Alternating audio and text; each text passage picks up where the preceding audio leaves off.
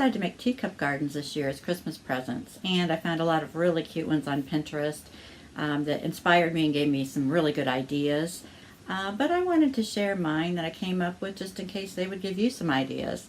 And I had a really good time with them. I'm also going to put some tips at the end of this video, just little things I figured out as I was going along the way making my tea gardens, and maybe save you a few steps. It's not like it's a difficult process at all. It's really fun. But, you know, it doesn't hurt to know a few things going in just to save you some time and effort. So I'll give you some tips at the end, but for now, here are my tea gardens. This is a basic teacup garden that I did with a fairy and mushroom from a collection that I got at Michael's that they just put out for the spring. They're just really adorable, and I had a lot of fun with this one. This is a little smaller than the other ones I made, and I had a good time filling it in. I also like to put things around the back of my teacup gardens just so that if it gets turned around, there's a little bit of something to look at in there. Don't limit yourself to just cups and saucers. Think outside the box a little bit and see what you can find to create cute gardens. This is a cute little patriotic teacup garden that I made for one of my friends. Her husband was in the military and they love to decorate for all the holidays, but especially the patriotic ones.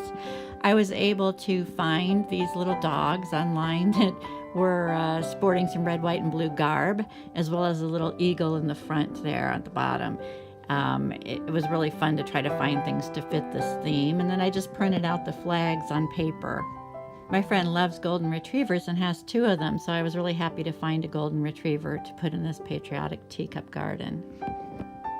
This teacup garden is special because I made it for one of my friends and put her and her husband's last name above the door and put their house number on it. I wasn't sure what their house looked like on the outside because I'd only been there a couple of times. So good old Google Earth came to the rescue, and I looked up their house on Street View, found the right color of green and what one of the windows in the front looked like anyway, and put that in there and put their little pug in the window for them so that she could be watching over things in the garden. It was a lot of fun to do, and my friend was really touched that I'd created something with her house. This tea garden is one of my favorites. I even made one for myself to keep. It has Alice in Wonderland as the theme, and I was able to print out the characters from images online and put them back to back with some wire in between and put them in there. I have the Queen of Hearts in the background, which is just some old playing cards that I had. And luckily, Hobby Lobby has a set of charms that are Alice in Wonderland themed. So I was able to get the little heart and the signs to put up in the little I'm late watch that's down at the bottom there with a little book from Alice in Wonderland. These mermaid teacup gardens were a lot of fun to make. I found some blue shells to use for the water, and also some pebbles for the one mermaid who didn't have a little rock that she was sitting on. I created her own little island for her, and I added some things around the back once again just to add some more visual interest if the cups turned around. These were some of the first teacup gardens that I did.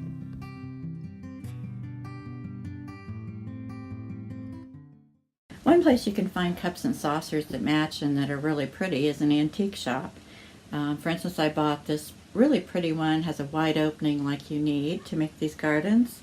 I didn't use it yet, but I'm sure I'll use it in the future for a tea garden or some other project. But it is gorgeous, and you get a much higher quality cup and saucer if you go to an antique shop, although you can get them at the Goodwill too, and they're usually only $1.50. And to be honest, the ones that I ended up using mostly were from Goodwill, just because they were a little more basic colors and shapes. You do want to watch that you don't get a cup that's too small and with too small of an opening.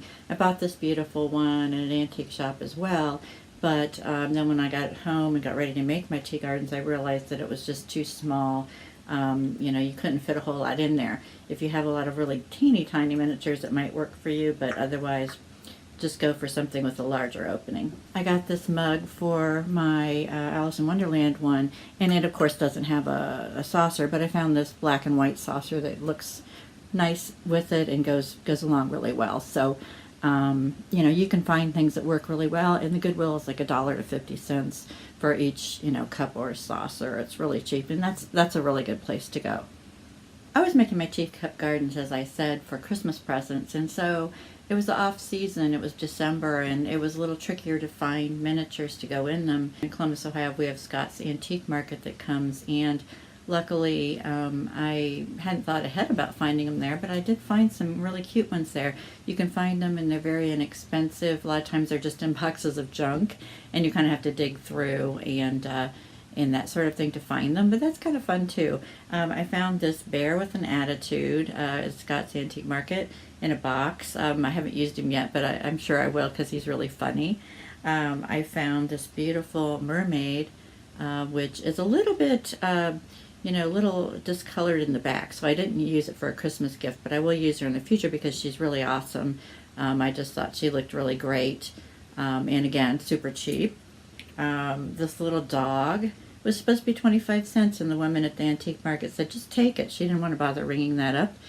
So he's a free little dog that I'll put in a garden at some point. Another thing you can do is, of course, find them online. There's a huge variety of miniatures online. You do want to be careful. For instance, I ordered some patriotic angels to go in my patriotic teacup garden for a friend for a Christmas present. They didn't come. It took like over 3 weeks for me to get them, long past the time that I gave her her gift. Luckily, I'd ordered a little fairy with a blue dress holding a red bird as a backup the very same day I ordered those. So she came and I was able to use her. She was really cute in the teacup garden, so it worked out just as well. But it was disappointing. If I hadn't had her as a backup, I would have ended up with some kind of angel that wasn't in the color scheme at all or the theme. So antique stores, craft shops, online, those are obviously places to get those miniatures. Some people do make theirs out of Fimo clay, so if you're that talented, awesome, good for you. I'm not. When I was buying some in the garden center, the girl checking me out said, hey, I make these all the time. You should make them, and that's not my thing. So anyway, there are a lot of places you can find your miniatures, and there's some really cute ones out there. For filler for the tea gardens, I saw online that some people had used aluminum foil and just crunched it up and put it in the bottom of the teacup. I did that for my first ones that I made, my first two, but then I was worried that that foil would settle too much as time went on. So I did end up buying green styrofoam at the craft shop. It's the styrofoam, not that you add the water to, but the firmer stuff, and it works really great. You can put it in the teacup with hot glue. You can take pieces of it and push around the edges of the teacup to fill in, and it works really, really well. It melts a little bit from the hot glue, but it's nothing to worry about, and it's really nice and firm, and I think it'll hold up over time with those tea gardens. So those are just my few tips to help you along the way. I hope you enjoyed seeing my gardens, and good luck with yours. I hope you have a lot of fun making them like I did.